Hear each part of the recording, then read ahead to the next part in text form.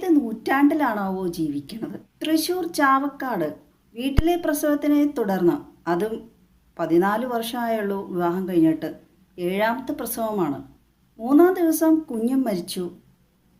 ഇപ്പോൾ അടുത്തിടെ ശരീരത്തിലെ അണുബാധ മൂലം യുവതിയും മരണപ്പെട്ടിരിക്കുന്നു. പ്രസവാനന്തരമുള്ള ശുശ്രൂഷകൾ നേരാവണ്ണ ലഭിക്കാത്തതുകൊണ്ടാണ് ഈ മരണം സംഭവിച്ചതെന്നാണ് പോസ്റ്റ്മോർട്ടം റിപ്പോർട്ടിലും അങ്ങനെ തന്നെയാണ്.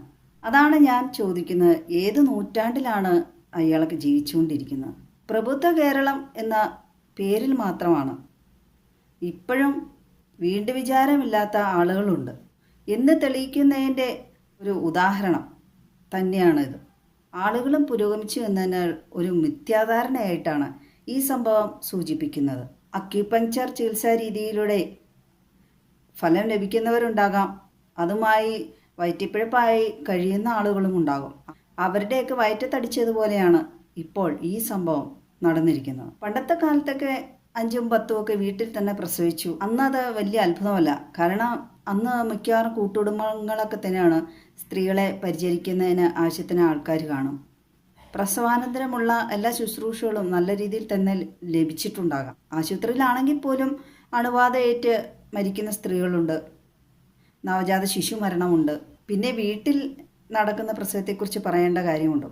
അന്നത്തെ കാലത്തെ സ്ത്രീകളുടെ ആരോഗ്യമല്ലല്ലോ ഇപ്പോൾ. അന്ന് നല്ല ഭക്ഷണം, വായു പോലും നല്ലതാണ്. ഇപ്പോൾ അതുപോലും നല്ലതല്ലല്ലോ. എല്ലാത്തിലും മലിനീകരണം, മായം. മുഹ്സീന എന്ന 37-കാരിയാണ് ഇത്തരത്തിൽ ദാരുണമായി മരണപ്പെട്ടത്. മുതുകത്ത് വ്രണം ഉണ്ടായിരുന്നു, അതൊക്കെ പുഴുവരിച്ച നിലയിലായിരുന്നു. പിന്നെ അവരുടെ രഹസ്യഭാഗങ്ങളെല്ലാം അണുബാധയായിരുന്നു. ആ അണുബാധ അവരുടെ ഗർഭപാത്രത്തെ വരെ ബാധിച്ചു എന്നാണ്. അങ്ങനെയാണ് അവർ മരണത്തിന് കീഴടങ്ങിയത്. 7 മക്കളിൽ ഒരെണ്ണം ആ വർഷത്തോടുകൂടി മരണപ്പെട്ടു. പിന്നെ ഒരു കുട്ടി 1 വർഷം മുമ്പാണ് 3 വയസ്സുള്ള പെൺകുട്ടി മരണപ്പെട്ടത്. അത് ഭക്ഷ്യവിഷബാധയായിരുന്നു എന്നാണ്. അതിനെതിരെയും ഈ ഭർത്താവ് എന്ന ആൾക്കെതിരെ ഈ മുഹ്സിനയുടെ വീട്ടുകാർ പരാതി നൽകിയിട്ടുണ്ട്. മുഹ്സിനയുടെ ഭർത്താവ് ഇബ്രാഹിമിനെ പോലീസ് അറസ്റ്റ് ചെയ്തിട്ടുണ്ട്. 5 മുതൽ 10 വർഷം വരെ തടവ് ലഭിക്കാവുന്ന ശിക്ഷയാണ്. നല്ല രീതിയിൽ ശുശ്രൂഷിച്ചില്ല, വേണ്ട പ്രതിരോധ മരുന്നോ കുട്ടികൾക്ക് വേണ്ട പ്രതിരോധ കുത്തിവയ്പ്പുകളൊന്നും എടുക്കാൻ അദ്ദേഹം സമ്മതിച്ചിട്ടില്ല, ഇതുവരെ എടുത്തിട്ടില്ല എന്നാണ്. അതെല്ലാം ഈ ഭർത്താവ് എന്ന ആളുടെ ഗുരുതരമായ വീഴ്ചയായി തന്നെയാണ് കണക്കാക്കാവുന്നത്. എനിക്കതാണ് മനസ്സിലാകുന്നത്. ഈ ഭർത്താവിൻ്റെ വീട്ടുകാരും ഈ മുഹ്സിനയുടെ വീട്ടുകാരും ഇത്രയും നാൾ എവിടെയായിരുന്നു? എന്തുകൊണ്ട് അവർ നേരത്തെ ശ്രദ്ധിച്ചില്ല? ഇളയ പിള്ളേരെല്ലാം ചെറിയ കുട്ടികളാണ്. പിതാവ് ജയിലിലും അമ്മ മരണത്തിന് കീഴടങ്ങി. ആ കുട്ടികൾ അനാഥരായി എന്ന് തന്നെ പറയാം. പ്രസവിക്കാനുള്ള യന്ത്രമായിട്ടായിരുന്നു മുഹ്സിനയെ അവരുടെ ഭർത്താവ് കണക്കാക്കിയിരുന്ന. വിവാഹം കഴിഞ്ഞ 14 വർഷത്തിനിടെ 7 പ്രസവം എന്നൊക്കെ പറയുമ്പോൾ കുട്ടികൾ തമ്മിൽ വലിയ അന്തരം ഉണ്ടായിരിക്കില്ല. അപ്പോൾ അടുപ്പിച്ചുള്ള പ്രസവം തന്നെ ആ സ്ത്രീക്ക് ആരോഗ്യപരമായ പ്രശ്നങ്ങൾ ഉണ്ടാക്കിയിരിക്കും. അപ്പോൾ ഈ അവസാനത്തെ പ്രസവം നടക്കുന്നതും ആ പ്രായവും ഇച്ചിരി പ്രശ്നമുള്ള പ്രായം തന്നെയല്ലേ? ഇതൊന്നും കണക്കിലെടുക്കാതെയാണോ ഭർത്താവ് വീട്ടിൽ പ്രസവിപ്പിക്കാൻ ശ്രമിച്ചത്? ആ നാട്ടിൽ ആരോഗ്യ പ്രവർത്തകരൊന്നും ഇല്ലായിരുന്നോ? ആശാ വർക്കർമാർ എവിടെ പോയി? ഇതെല്ലാം അന്വേഷിക്കേണ്ട ആളുകൾ.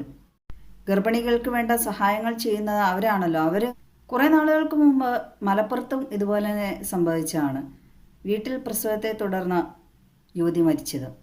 അതും ഭർത്താവിൻ്റെ ഇതേ രീതിയിലുള്ള ചികിത്സാ രീതിയെ തുടർന്നായിരുന്നു ആ യുവതി മരണപ്പെട്ടത്. വലിയ വിവാദമായി. ഭർത്താവിനെതിരെ യുവതിയുടെ വീട്ടുകാർ പരാതി നൽകി.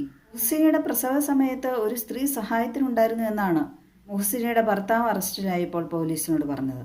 ഇതൊക്കെ കേട്ടപ്പോൾ നേരത്തെ ഒരു സംഭവമാണ് ഓർമ്മ വരുന്നത്. ഒരു യുവതി ഇതുപോലെ വീട്ടിൽ പ്രസവിക്കുകയും ആ യുവതി പ്രസവത്തെ തുടർന്ന് മരിച്ചു. കുഞ്ഞിന് കുഴപ്പമില്ല.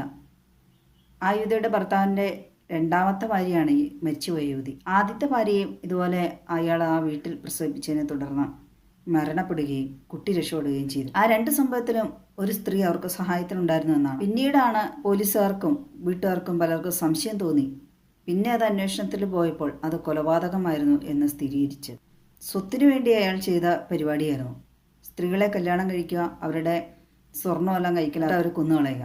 പോലീസ് അതിവിദഗ്ധമായി തെളിയിച്ച ഒരു കേസായിരുന്നു അത്. മനുഷ്യജീവൻ പണയപ്പെടുത്തി പരീക്ഷിക്കാതെ ഇരിക്കുക, പ്രസവം വീട്ടിൽ നടക്കുന്ന രീതിയിലുള്ള